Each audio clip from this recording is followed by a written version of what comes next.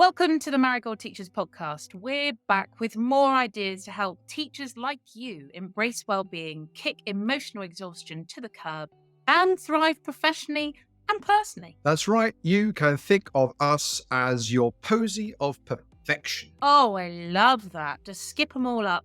Little bit of perfection. Oh, beautiful. I'm Rebecca.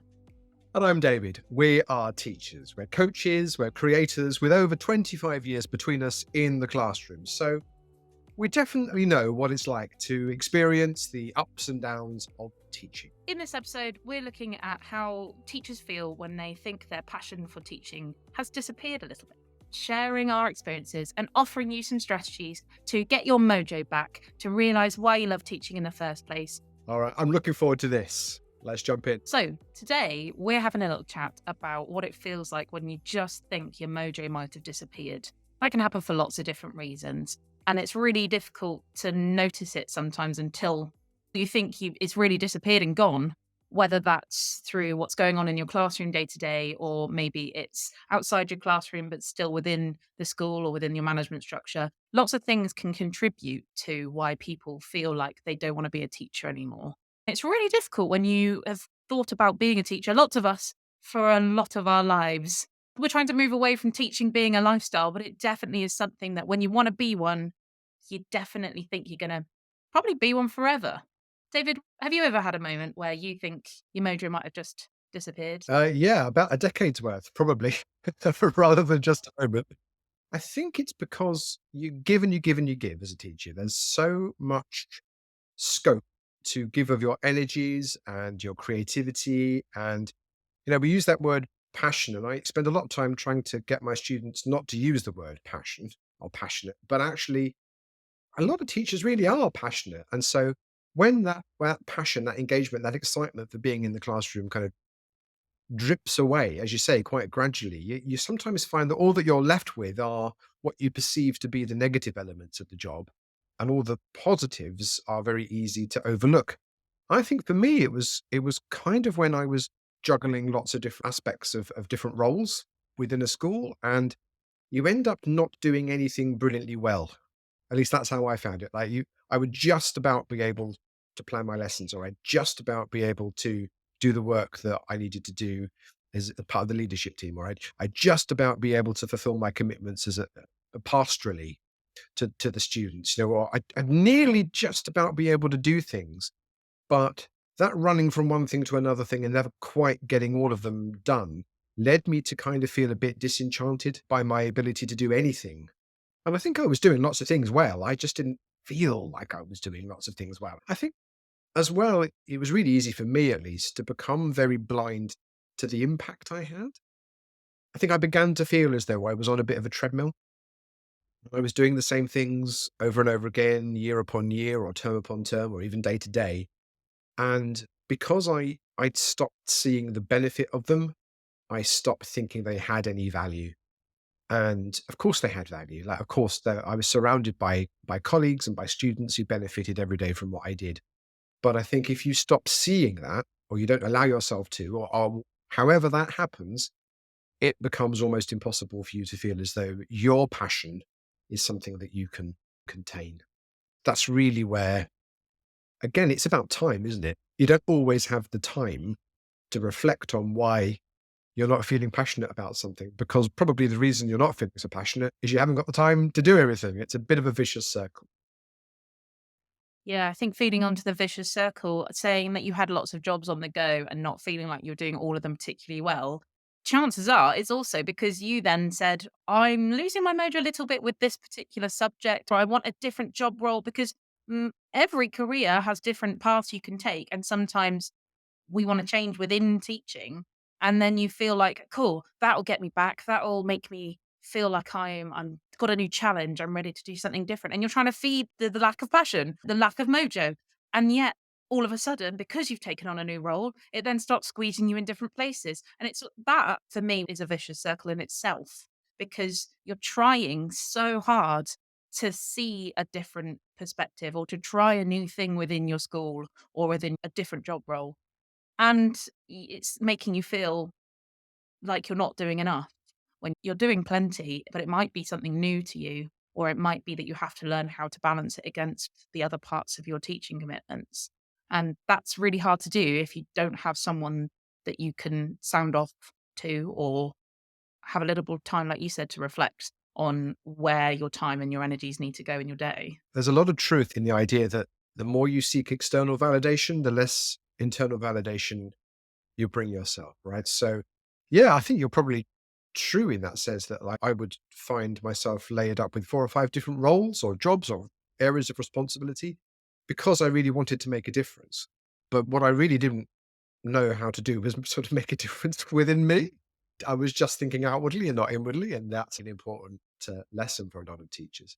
I also just wonder whether or not, for a lot of teachers, that the most obvious aspect of the whole losing passion is that you go into teaching with a desire to have a transformatory impact on all of those children in that room. And you kind of go in there thinking of yourself as a bit of a hero, like you're going to save these children from a poor education, or however you subconsciously, most of the time, I think of it, that the passion is in our interest in passing along our knowledge about our subject.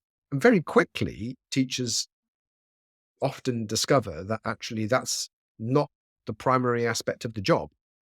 There are so many other parts of the job that come into play that actually the thing that you're passionate about and that drives your interest is way, way, way, way, way down the list when it comes to actually the things you do in the room. Like I went into teaching because I really enjoyed sharing my subject with young people. I knew in my bones that I was really attached to my discipline, but I also wanted to inspire new people into that realm. You know, that's not uncommon. And I have done that, like 100%. I know that there are students out there who I've worked with in years gone by and they're out in the world and they're doing great things. And that's an, an endless source of pride. But it doesn't feel enough at the time because, again, maybe you're too busy to really share in their successes and get the validation of that. But most of the time, I think teachers just feel actually there's so much other nonsense I've got to get through that my subject is way, way, way down. Is that something that resonates with you, or do you think there's another big area that teachers might be focused on when it comes to just that lack of zing and motivation? I think sometimes it also depends on time as well. I certainly feel like I've done my fair share of swapping schemes of work over, fancy doing something new, little bit of a change, and that in the hope that I will find my love for a different part or a different aspect of my subject. But after nearly a decade, I feel like my passion is still there. I love my subject and I get revitalized by, as you said, the students doing it, or, doing the same thing I did with a year group last year and seeing someone go, oh, I really liked this. I had that with a year 9 set this week. They seem to be really engaged with the topic we're doing. And it was really nice to remember, I remember why people like this one now.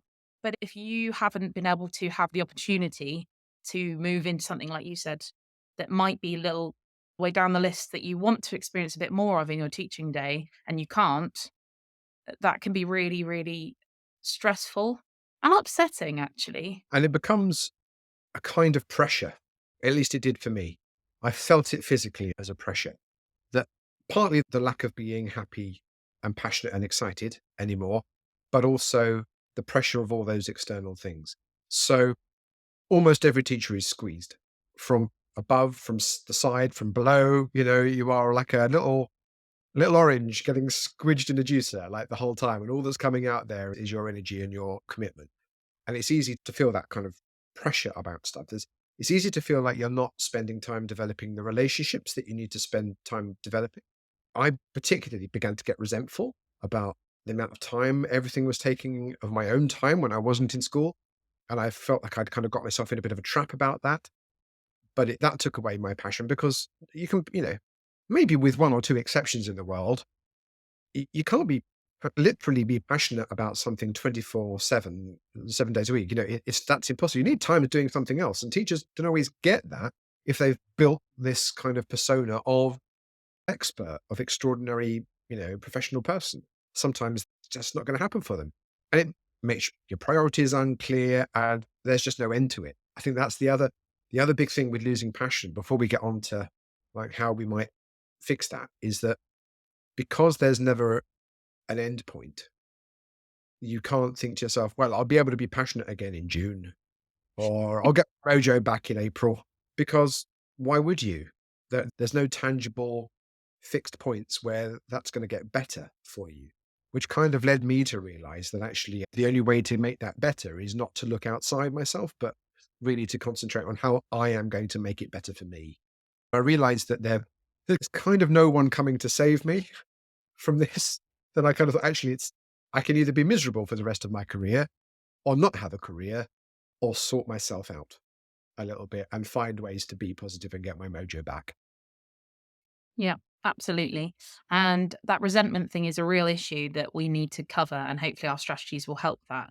And just to caveat that, passion can be wanting to do the same thing every day. We've talked about how priorities have changed or what types of things we're interested in with on our teaching day. But I know there's a lot of teachers too who are really content in the role that they're in, but feel squeezed by the place they're working in or by their colleagues or someone else in the department wanting a different career progression. You might feel like you're stopping them by having the role that you do. And that, I think, is a real big issue within teaching, especially people who have been teaching a long time, who don't feel valued either, when actually day in, day out, they deliver excellent provisions for kids and they don't feel like what they do is respected when actually their passion is to teach those kids every day in a subject that they adore. And it's okay to not want to be a different role in the school and you want to be that teacher. And we don't want to squeeze people like that out. Yeah, it's so easy to see the toll that something takes and not the benefit that it brings.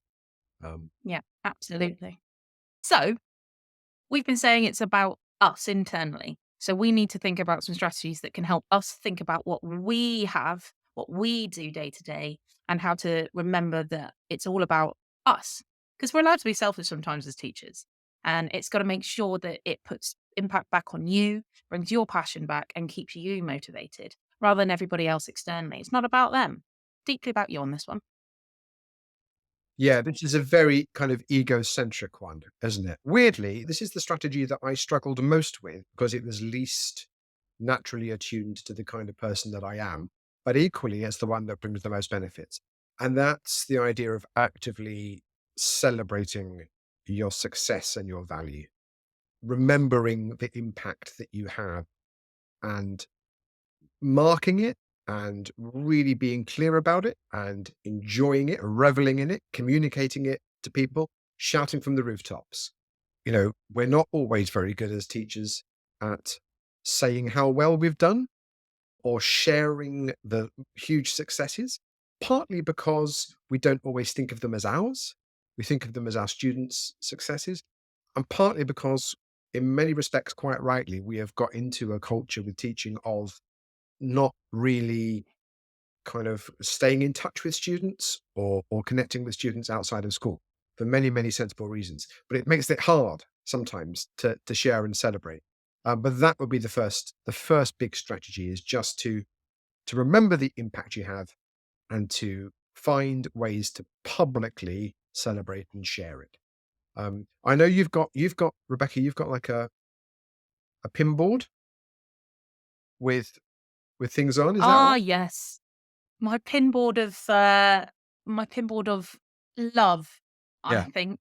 I remember opening I know I wasn't being sneaky. We had a filing cabinet in our shared office and the top drawer was crammed, David, full of thank you cards and letters from previous things we'd done and posters and bits and bobs that all had messages from kids on them. And they were in a filing cabinet because I definitely felt when I first started that I didn't want to put them everywhere. And so I kind of did what yours did. They kind of popped in and I kind of saw them as like the department's thank yous. They weren't mine, they weren't yours. I just went, oh, I'll just pop them behind his, just pop them away. So I changed my pinboard to just everything you card I could fit on for a bit. And it's right next to my desk. And I love looking at it. And I don't care what it looks like when people go into the office, but I think it brings happiness. Whether you want to read them or whether I have a couple that I just open up and read periodically or even just sporadically when I'm having a bit of a down day. I don't care if people walk in and go, cool, cocky much. No, do you know what? I got them for a reason and every card has meaning, And there's nothing wrong with being able to look at those. And actually, I've had a person comment on them as they walked past having a look around the school because our door was open and they can see them.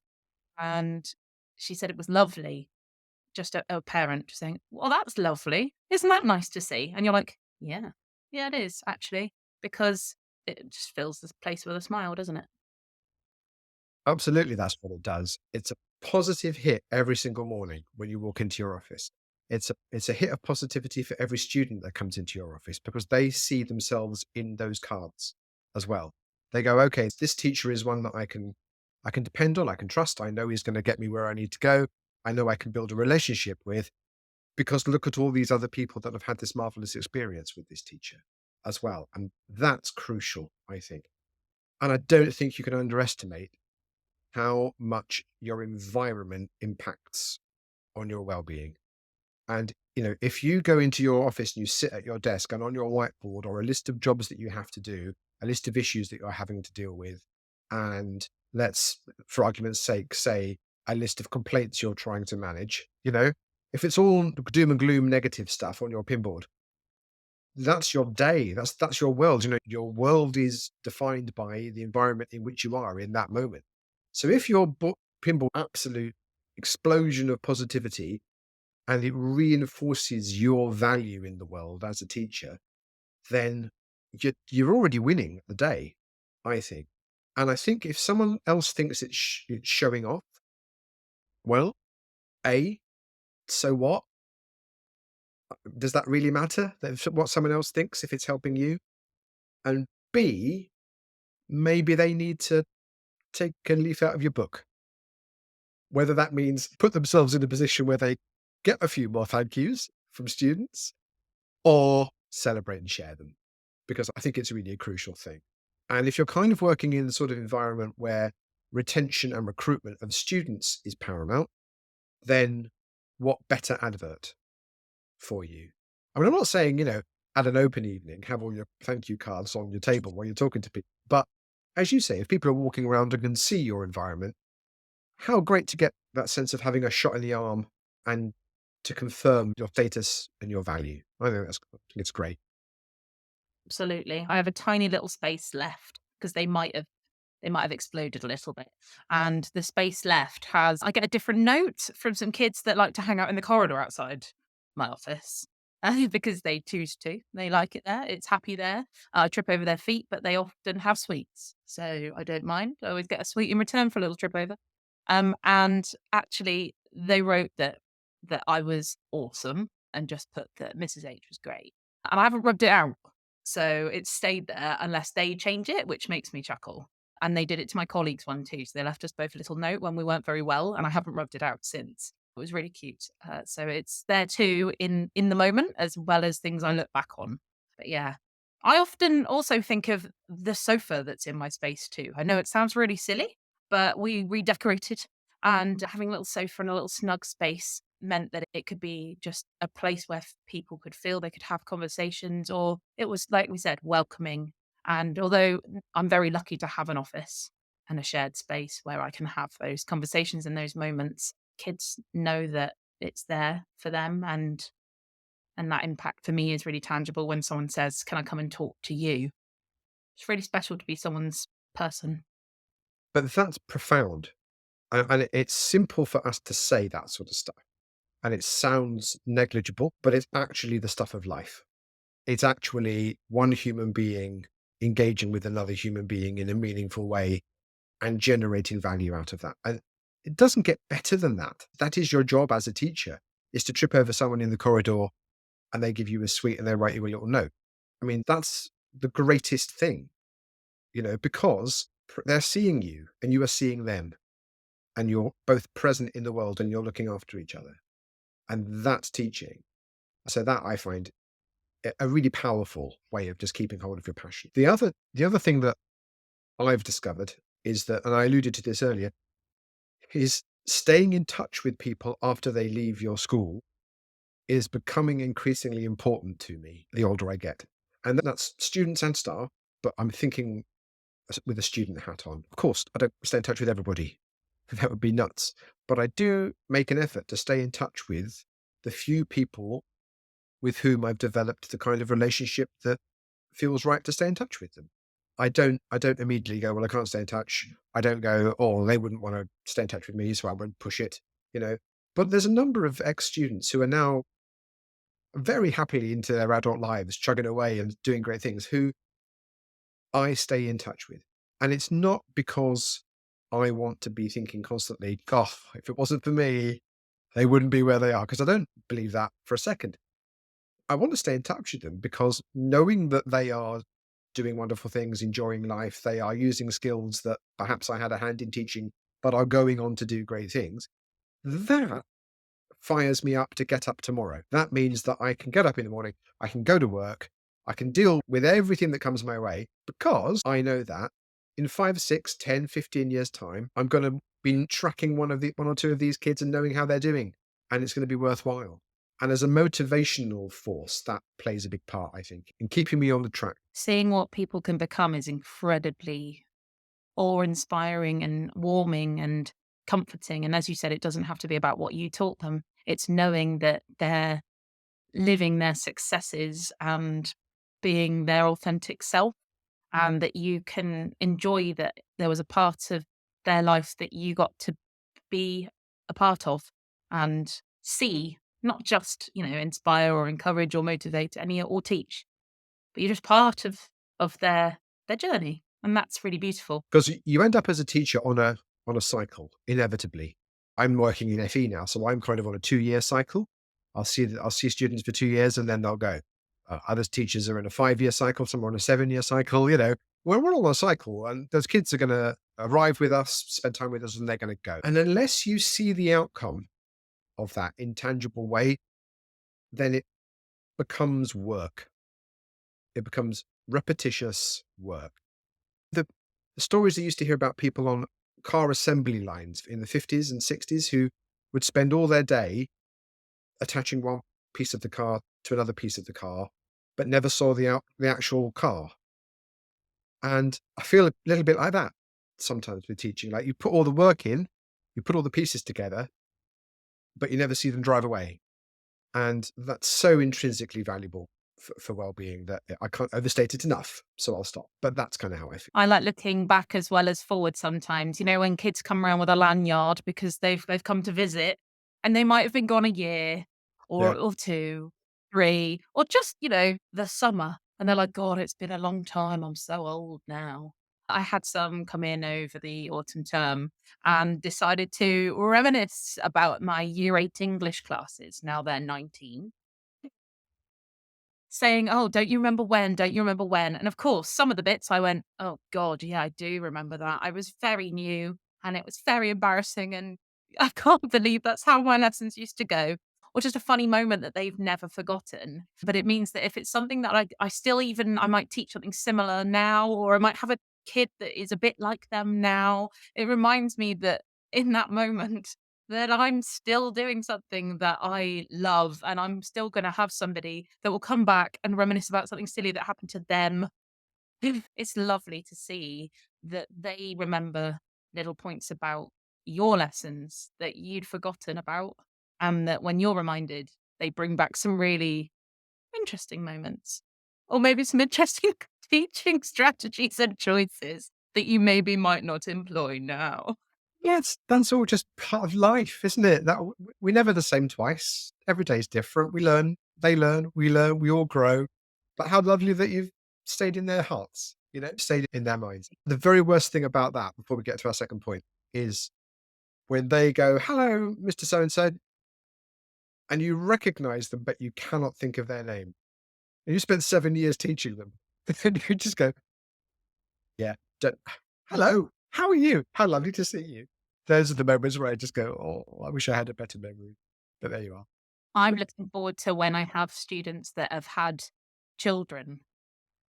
I'm not at that point in my career yet, but I have worked with a teacher of mine last academic year from 2002. And I remember her having her children, and she remembers me aged 12. And it's just nice to be able to go, I'm a fully formed human now. And look, I've made one of my own too. And it's just letting people in your life and you don't give everything away as a teacher, but being able to share and some mutual life experiences with each other with someone that knew you when you were younger is a really lovely thing to be able to do. And actually, kids do want to know what you're like as a person. And I love finding out what type of people they become too. It's while you were talking, it made me think that really what this is all about is community. And it's about generating opportunities for yourself to be authentically you within a community that supports you. Whether that's going, look at this amazing card I got, I'm great. Or whether it's those conversations with kids from a decade ago. It's be authentically you and not be a masked up teacher, and it's share those with the community, which implies also receiving that information from other people, from other colleagues, and celebrating for and with them too. I think that's a big part of when we lose our passion, is that we just see ourselves as these little kind of cog whirring robots in individual rooms, churning out students, spending more time on paperwork than perhaps teaching. And we zoom out and we see every other member of staff as the same in their own little rooms, and we just feel disconnected. But I think as soon as we're sharing and celebrating and being authentic, a whole different world of passion can open up. Absolutely. Love that. I'm interrupting this episode to ask you a favour. We know that teachers around the world enjoy this podcast, and we're proud to offer ongoing support and actual advice to educators worldwide. If you're one of those teachers and you haven't already liked and subscribed to the podcast, then please take a moment now, if you can, to do just that. It makes a huge difference to our reach and it helps us keep this podcast free so more teachers can become part of the Marigold community. From both of us, thank you. Right, should we get back to today's episode? Okay, so second strategy, David, is we're talking about what we have for our subject, like our passion returning and reconnecting in the subject we teach. And I think that might be easier for some people than others, depending on maybe what you teach or even what level you teach at. Because the higher up the education stages you go, obviously you're going to end up talking in more depth about some of your subject content than others. So I think some people who maybe don't get a chance to share all the things they love about their subject because of maybe the age range they teach, makes it a little bit more difficult to reconnect sometimes. I agree. And I think that when you are genuinely interested in and engaged with a subject, and that could be whether you're a scientist or a geographer or an artist or whatever your specialism is, assuming that that's kind of the sector you're in. I think that two or three things happen. First of all, you feel as though you want to inspire others with your subject. You feel as though you're constantly battling with the idea that I should be doing this thing in a different context. Like if I'm a geographer, why am I not a botanist in Peru? Why am I teaching in a school in England or whatever? You know, you always feel a little bit as though you're at the mercy of that terrible old adage of if you can do, if you can't teach. So it's a double edged. I also think the third thing is that your interest in your discipline becomes solely defined by the curriculum that you teach very, very quickly. And because it's such a demanding job, you stop seeing beyond it. So for me, I do a lot of my discipline through the day. That's all I teach. I teach my discipline. And it's not enough for me. I need to keep a little bit of time for me to explore that sector in performing arts on my own as well. And that's the key bit for me. So now I will spend my day teaching various performing arts disciplines, and then I'll go home and I'll read an actor's biography. Or I'll go home and I will do some creative writing. Or I'll go to the theatre at the weekend. I'll do a bit more of it, but not because I'm trying to do some research for a project at school, but for me, because I've got to acknowledge that I have got to keep steep in the contemporary world of my subject. But it's got to be for me and not for school. And if I do that, inevitably there will be lovely benefits for when I go to school. I'll have a wider range of reference. I'll have more skills and knowledge. That's all fine, but it's not for them. It's for me. And that's the first part for me of this strategy, is just that sense of, because it's so easy to lose what you love when you do it every day, I've got to find other avenues that keep me interested. So going to the theatre next week just to go and see something which is completely outside of the realms of what I'm teaching. I'm really excited about that. And I haven't been for a few years. It became a drag, you know, but I'm really keen and looking forward to it. So that's a really nice example of how I try and keep hold of my kind of passion for my subjects. I was having the same issue. We've shared that we both work within drama and performing arts. And I had the same thing when I realized I was hitting a bit of a wall and my mojo was going. People were coming to see me and saying, "Oh my goodness, have you seen this at the theatre recently?" Or "What have you seen?" And I was struggling to say what I'd gone to unless it had been a school trip. Or I was recommending things online that people should watch and then realized I hadn't recommended myself anything. So I do make a conscious effort now to have a little peruse through things I can get my hands on and watch. And I'll remember why I enjoy doing that. Yeah, for sure. And things like industry publications, podcasts, websites, there are so many ways now where whatever your discipline is, if you're a chemist, great. There are so many ways to stay engaged with your subject that don't take up very much of your time. And if we can just get over that barrier of, oh my goodness, I can't do it any, I've been doing it all week. I can't do any more now. I need a break. I need to go and horse ride or whatever. That would never be me. But you know what I mean? Like, if we can get over that barrier, then actually the whole world opens up. And how joyful to be able to just have the scope to indulge in your passion. Absolutely. And I would throw it out there that don't be afraid to ask your school to have, we all want to do professional development, really love doing it. We offer to go, oh, I'll go and look in that school, or I'll go and see my friend who's a teacher, or I'll go and see somebody who teaches the same qualification as me or exam board as me. But there's no harm in saying, actually, a little drive down the road is a company that does this, or someone that works in your field.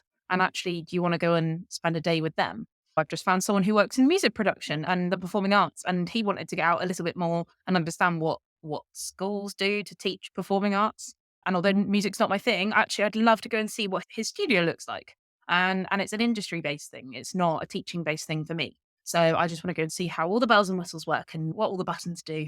And that's gonna, fire me back up in terms of what I enjoy learning. And the more we search for those things outside of our schools, the more effort we put into that mission, the more we're going to learn anyway.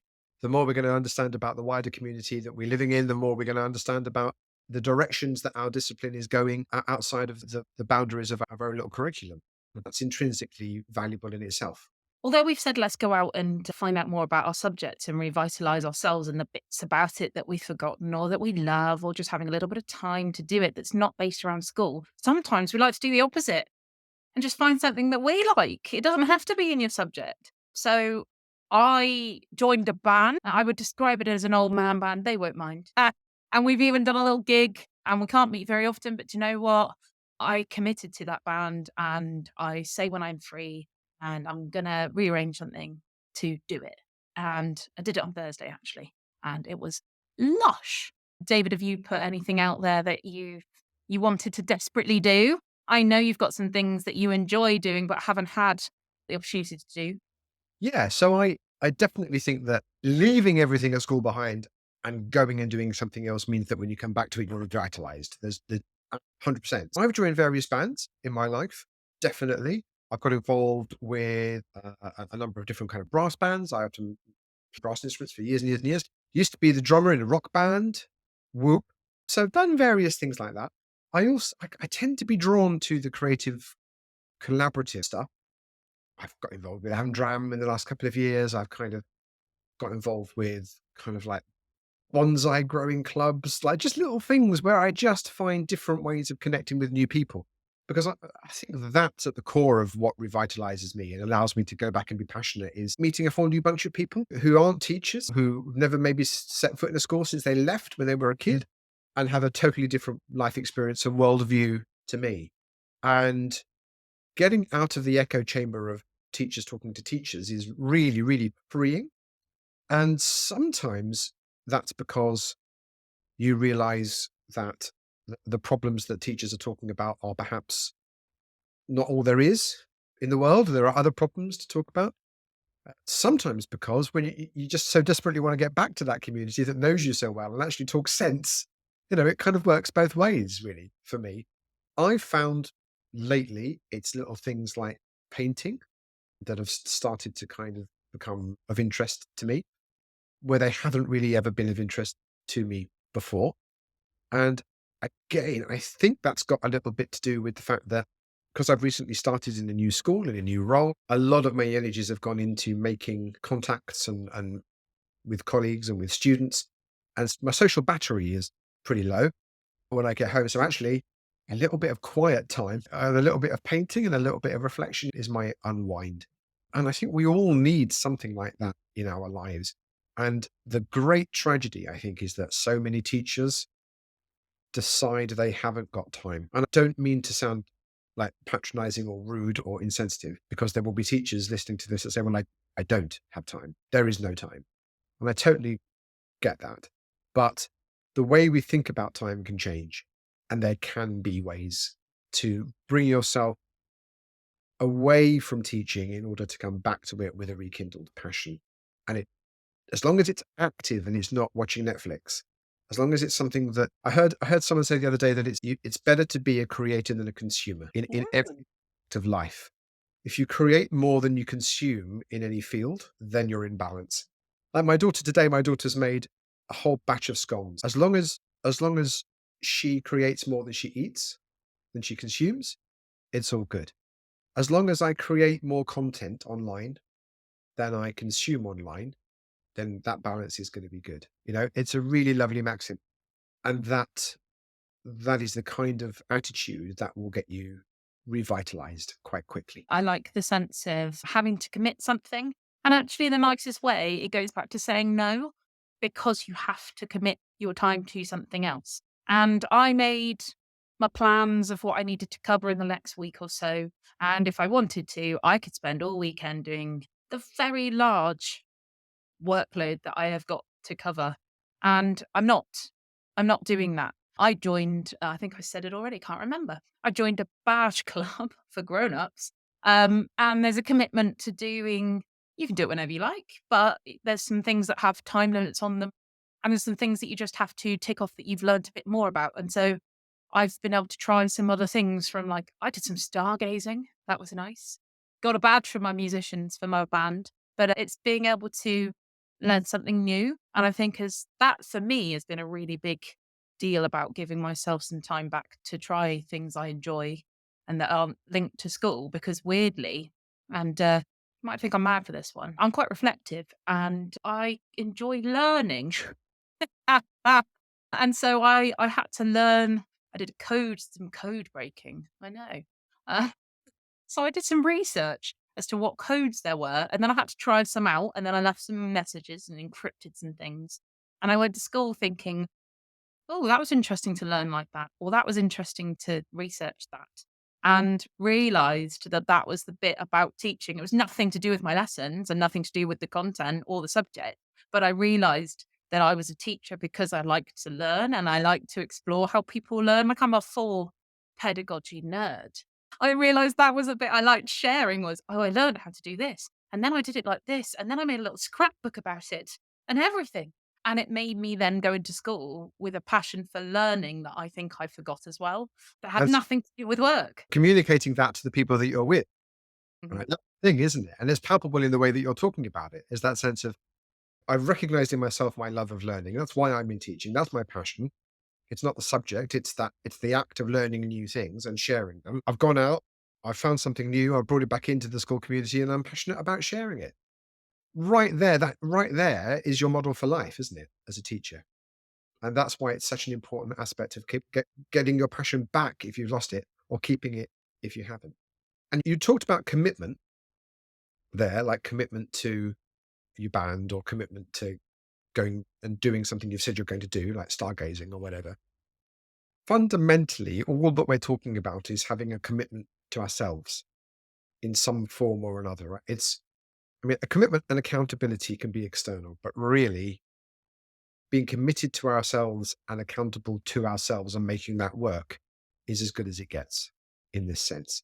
And if we can do those things and bring ourselves closer every single day to the things that we adore and inspire that same adoration and sense of positivity in others, we can't fail to be passionate about our subject and our career. We're at the end of this week's episode, so thank you for joining us. Thank you for your support, and thank you for everything you do day in and day out. We know that teaching can be tough and it can be lonely and it can be exhausting. So if no one else says it, thank you for being a teacher. You really are inspirational.